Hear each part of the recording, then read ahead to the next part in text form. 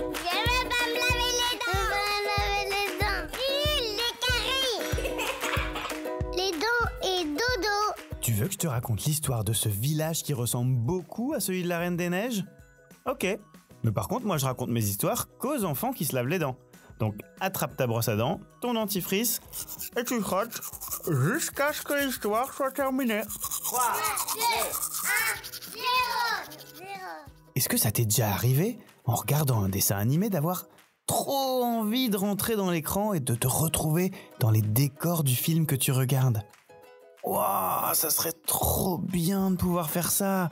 Tu pourrais visiter le château de la Belle au Bois dormant, voyager sur le tapis volant d'Aladin, ou te promener dans les rues d'Arendelle, le village de la Reine des Neiges. Délivré, je ne mentirai plus jamais. Eh ben, approche un peu.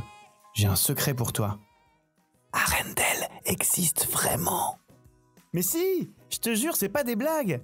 Alors, ça s'appelle pas Arendelle, mais Holstatt. Et c'est pas en Norvège, mais en Autriche. Mais sinon, c'est exactement pareil. D'ailleurs, quand t'auras fini de te brosser les dents, demande à ta maman ou ton papa de te montrer une photo d'Holstatt. Tu vas voir, on dirait vraiment qu'on est dans la Reine des Neiges. Alors, tu dois te dire que ça doit être trop bien d'habiter à Arendelle. Ils ont trop de chance, les habitants d'Holstatt. Bah oui, ils ont juste à enfiler la robe d'Elsa et hop, c'est comme s'ils étaient dans le film. Mais tu sais quoi ? Eux, ça les fait pas vraiment rire.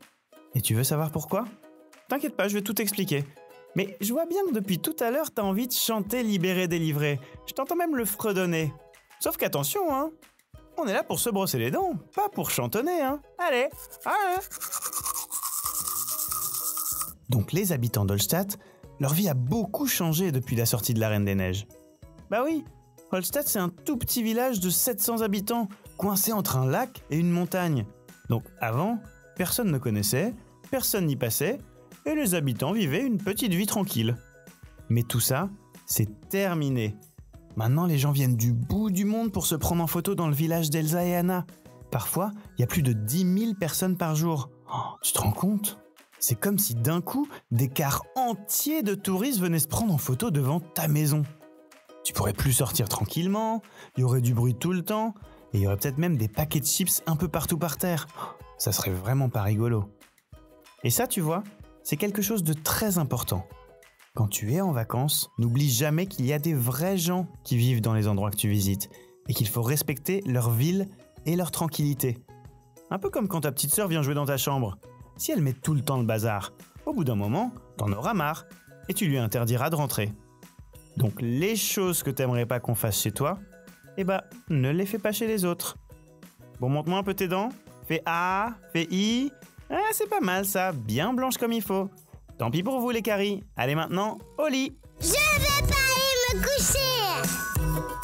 Retrouvez Les Dents et Dodo et tous les podcasts BFM TV sur bfmtv.com et sur toutes les plateformes de streaming. C'est un podcast BFM TV.